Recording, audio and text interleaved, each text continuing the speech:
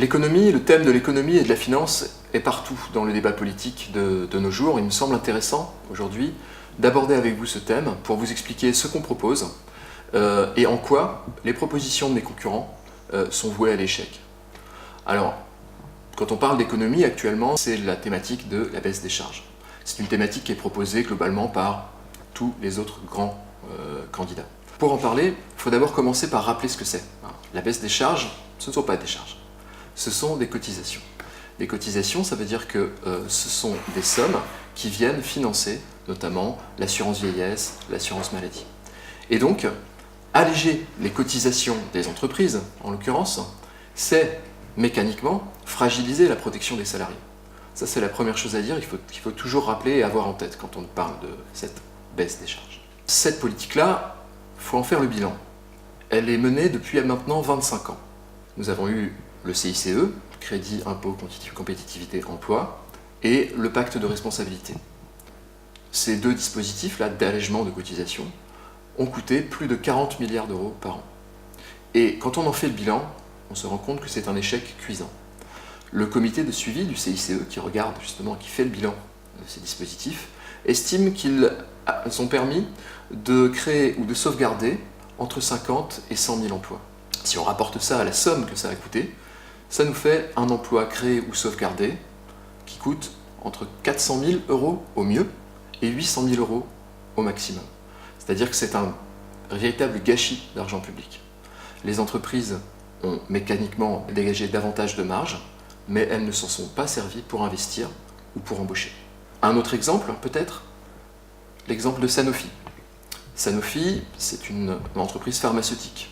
Elle a obtenu, au titre du CICE, 140 millions d'allègements de cotisations. Dans le même temps, elle a versé plus de 3,8 milliards de dividendes à ses actionnaires. Et dans le même temps encore, elle a supprimé 600 postes. Donc c'est vraiment quelque chose qui non seulement est un gaspillage, mais clairement un scandale. Ce que propose la France Insoumise et l'Avenir en commun, c'est d'arrêter les chèques en blanc. C'est une politique cohérente, ciblée, pour relancer l'activité. Alors comment on fait? Eh bien d'abord, on commence par soutenir en particulier les TPE et les PME. Ce sont ces entreprises-là qui constituent plus de 99% des entreprises dans notre circonscription. Et ce sont celles aussi qui créent le plus d'emplois. Elles créent 2/3 des emplois. Alors pour faire ça, on propose d'augmenter l'impôt sur les bénéfices non réinvestis, qui est une part de l'impôt sur les sociétés, pour que l'argent ne tourne pas sur lui-même et revienne dans la circulation, dans l'économie réelle. Enfin, nous voulons relancer l'activité en orientant l'investissement stratégique public dans les domaines de l'intérêt général, le domaine social et le domaine écologique. La transition écologique, ça veut dire investir dans les énergies renouvelables, investir dans l'économie de la mer, investir dans la rénovation thermique des bâtiments, toutes sortes d'investissements qui vont avoir des conséquences et des répercussions dans l'économie réelle en termes d'activité et d'emploi local. Bon, la finance, qu'est-ce que c'est? C'est pas forcément mal.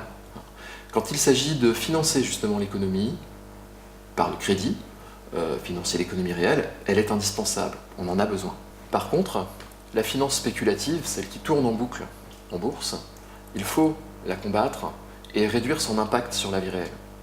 C'est quelque chose qui me semble vraiment essentiel.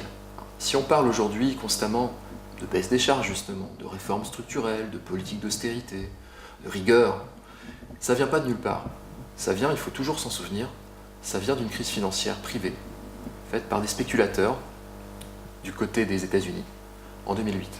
Et cette crise financière a eu des répercussions ensuite sur toute l'Europe et sur notre pays, et sur notre circonscription également. Il faut faire en sorte que la prochaine crise financière ne puisse pas venir tout détruire en France et même en Europe. Alors, il faut par exemple interdire tous ces produits dérivés toxiques, toujours plus compliqués, toujours plus opaques, dont les spéculateurs eux-mêmes ont des fois du mal à comprendre le système. On peut très bien les interdire, et on aurait dû le faire depuis 2008. Rien n'a été fait. Il est plus que temps de mettre des règles dans cette finance complètement folle. Actuellement, des bulles se sont créées via les banques centrales, via les produits toxiques et les produits dérivés. On a de gros soucis à se faire. Et il est vraiment temps de faire en sorte de mettre des pare-feux pour empêcher que la prochaine crise financière ne détruise notre économie et peut-être l'économie européenne. Sur ce sujet, Le programme d'Emmanuel Macron me semble particulièrement inquiétant. Il propose par exemple de revenir sur des mesures qui ont été mises en place depuis 2008 pour essayer d'éviter à nouveau la contagion d'une crise financière sur l'économie réelle. Ces mesures n'étaient pas suffisantes, elles n'auraient pas tout réglé, mais elles avaient le mérite d'aller dans le bon sens. Et même sur ces mesures, il s'agit de reculer actuellement dans le programme d'Emmanuel Macron. Je crois que c'est une des raisons pour lesquelles il faut voter pour la France Insoumise aux élections législatives. Il faut nous mettre à l'abri de la prochaine crise financière.